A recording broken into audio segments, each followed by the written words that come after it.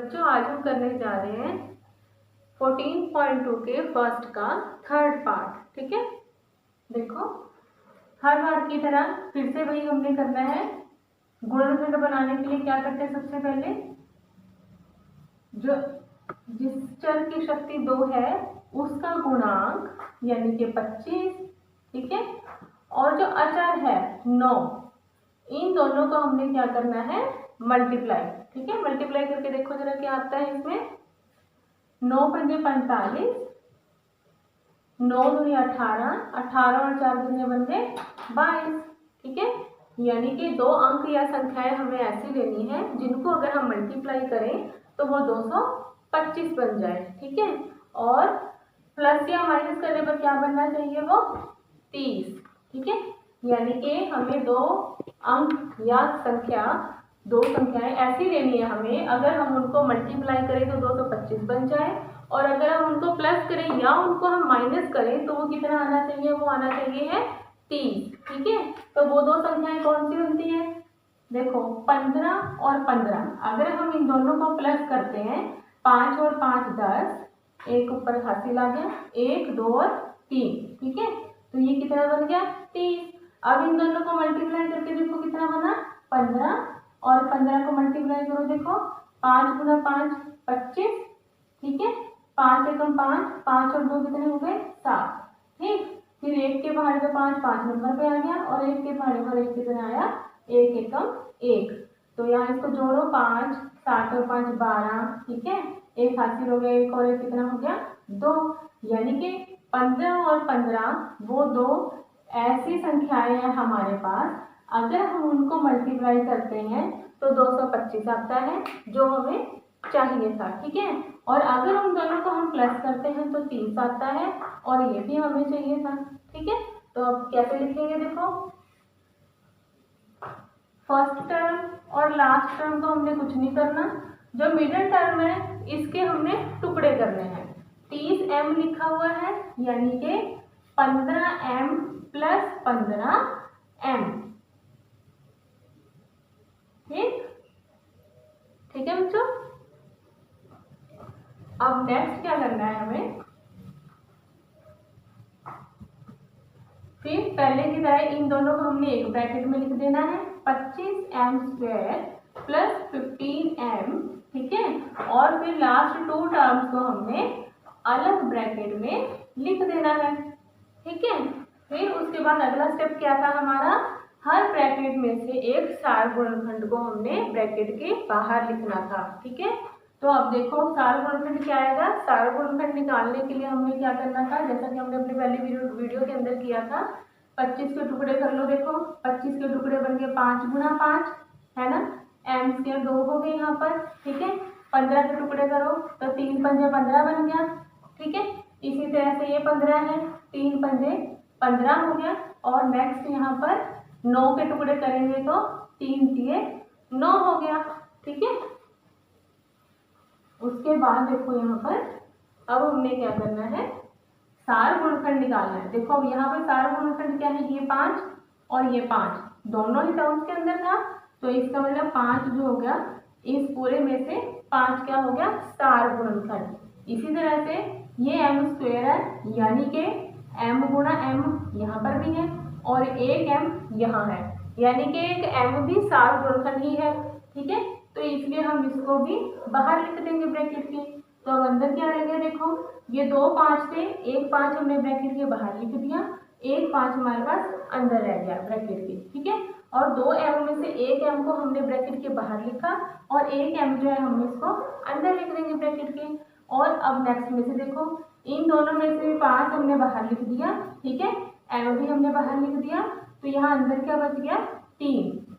ठीक है बच्चों, अब नेक्स्ट देखो, यहाँ से देखो क्या कॉमन आ रहा है, यहाँ 3 कॉमन आ रहा है, 3 यहाँ पर भी है और यहाँ पर भी है, तो 3 जो है वो ब्रैकेट के बाहर आ गया। ठीक है, अब देखो अंदर क्या बचता है, यहाँ पर इन दोनों में से हमने 3 को बाहर लिख दिया, और 5 जो है वो ब्रैकेट के अंदर रह गया। m जो है वो यहाँ कॉमन नहीं था, m जो है वो दोनों टर्म्स के अंदर नहीं था, इसलिए वो सार गुणनखंड नहीं बना। ठीक है, तो इसलिए m भी यही रह गया। अब नेक्स्ट यहाँ देखो, यहाँ से 3 हमने बाहर लिख लिया, तो क्या बच गया हमारे पास 3, ठीक है। अब देखो 5m जमा 3, 5m जमा 3 हो गया सारा गुणनखंड। इस पूरे में से 5m जमा 3 जो है वो सारा गुणनखंड हो गया, ठीक है। देखो ये एक टर्म थी पूरी, ठीक है, और एक ये थी, ये दोनों प्लस हो रहे थे, है ना।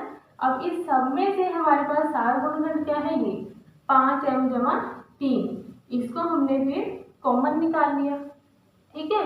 तो अब ब्रैकेट के अंदर क्या रह गया 5m, और यहाँ क्या रह गया, ये तो हमने बाहर लिख दिया ना, यहाँ क्या बच गया जमा का 3, ठीक है बच्चों। तो ये था हमारा थर्ड पार्ट फर्स्ट क्वेश्चन का, ठीक है। अब शुरू करते हैं हम फर्स्ट का फोर्थ पार्ट, ठीक है।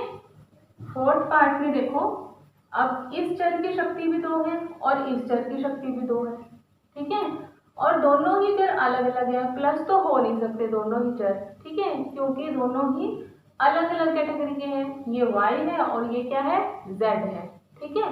तो ये दोनों प्लस नहीं हो सकते। अब हमने क्या करना है, ना ही यहाँ पे कोई भी अचर है, जो हमने पहले द्विघाती व्यंजक के अंदर हमने क्या मेथड किया था कि मिडिल जो टर्म थी उसको हमने स्प्लिट कर दिया था, ठीक है, उसको हमने टुकड़ों में लिख दिया था, ठीक है।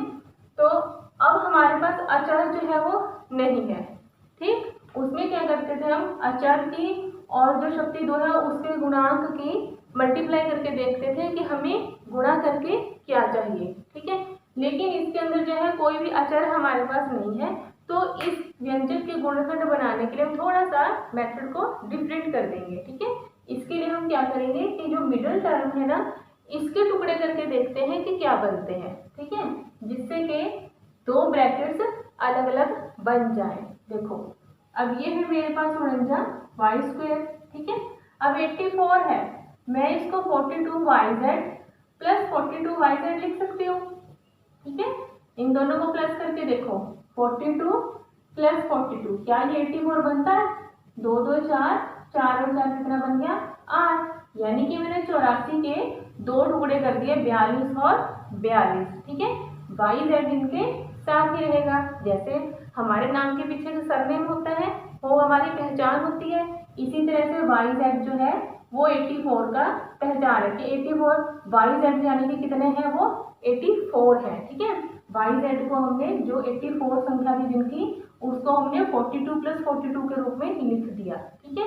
तो 42 क्या है yz है, 42 क्या है yz है, तो इसलिए yz को लिखना नहीं भूलना, साथ में ही लिखना है, ठीक है।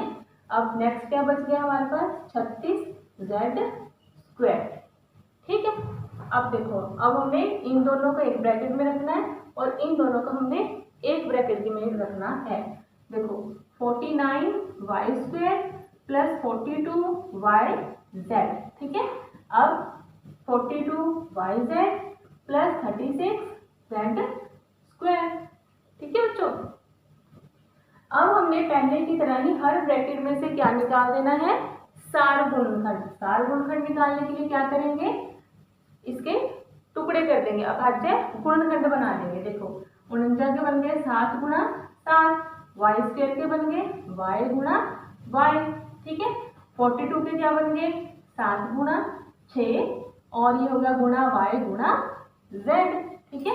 इसी तरह से अब इसमें देखो 42 के हो गए 7 गुणा 6, 6 7 42 होता है ना, फिर y गुणा z। अब इसी तरह 36 के टुकड़े कर लो, 6 गुणा 6 36, z के ऊपर शक्ति 2 है, यानी कि z कितनी बार आ गया 2 बार आ गया, ठीक है। अब देखो सार गुणनखंड हर ब्रैकेट में से क्या क्या बना, ठीक है।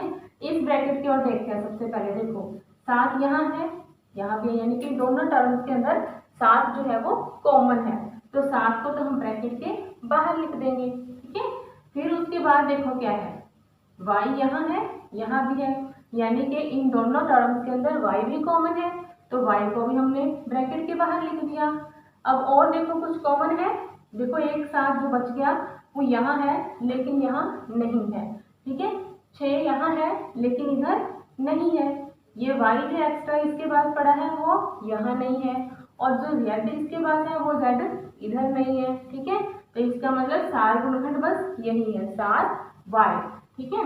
तो फिर ये अंदर ब्रैकेट के क्या क्या रह गया, एक 7 और एक y, नेक्स्ट यहाँ से एक 6 और एक z, ठीक है।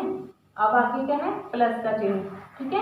अब यहाँ से देखो क्या है, यहाँ पर कॉमन, देखो 6 है, यहाँ पर भी है, तो इसका मतलब 6 क्या हो गया, 7 गुणनखंड। उसके बाद देखो z यहाँ है, यहाँ पर भी है, यानी कि इसमें z भी 7 गुणनखंड हो गया। फिर अब और देखो 7y इधर है लेकिन यहाँ नहीं है, 6z यहाँ है लेकिन यहाँ नहीं है, तो इसका मतलब इस ब्रैकेट के अंदर से हमारे पास 6z जो है वो 7 गुणनखंड बन गया।